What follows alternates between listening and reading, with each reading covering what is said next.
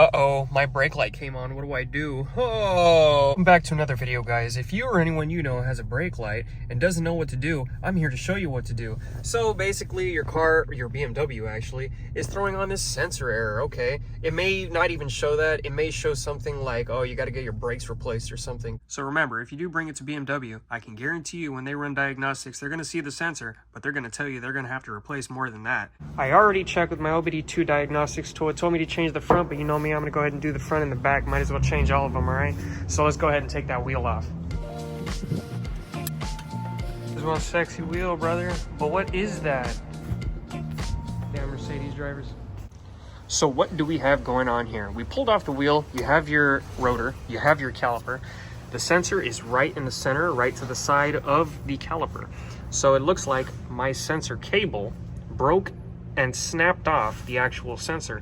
So that is why it's throwing an error code. That's why I tell you, do not just go and take it to a dealership, because this piece right here, this is $7 to $10. The dealer will charge you up to hundreds of dollars, up to $300. I looked it up online. It's crazy.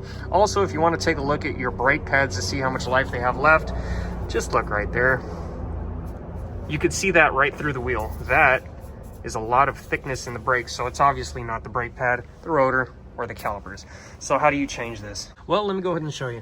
So this cable follows a specific pattern so it doesn't get tangled up with the suspension or the brakes at all, because what can happen is it can rub, this cable can actually rub up on a bunch of things in here, and that new cable you just installed will get demolished on the spot. It can rip the same exact way this one ripped. So what you want to do if you have a situation like this, first of all, pull off the sensor. Broken one. Oh, that was just ridiculous. It just pulled off like that. That's where it gets inserted, by the way.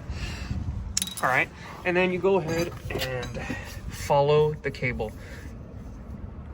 There's an attachment right here that it connects to, and then it goes into this box.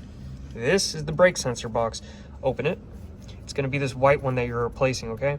So how do you take it out of here? This cable, you do not wanna just pull it out, because if you pull it out, you're gonna have to replace more than a $7 cable. I can tell you that right now. You're gonna have a lot of issues. There's actually a little spot right here. So let me go ahead and pull it out for you guys. So I removed it from its actual casing. All you do is pull it out gently, don't pull it out too hard. And right back here, you're gonna go ahead and have a little button that you press. You just push it down and it should pull off. You have to use two hands. I'm gonna go ahead and not record this part because I have to use two hands to carefully remove this part from it, because I don't wanna snap anything in here, okay? So we pulled out the old brake sensor, and what we're gonna go ahead and do is we're gonna go ahead and put in the new one. And you wanna go ahead and put these in carefully, because there's two needles in here that connect in there. If you go ahead and bend one of these or it snaps out, you're gonna have to buy a whole new sensor. And that's basically all you gotta do. You just gotta go ahead and put that back, close the case, bring it around, push this in, bring this around, push this in, and then bring it back around, push this inside, make sure it snaps, and you're basically done. And that's all we have for today. Make sure to do the same thing in the back. Remember, driver's side, and you're good to go. Have a good one, guys.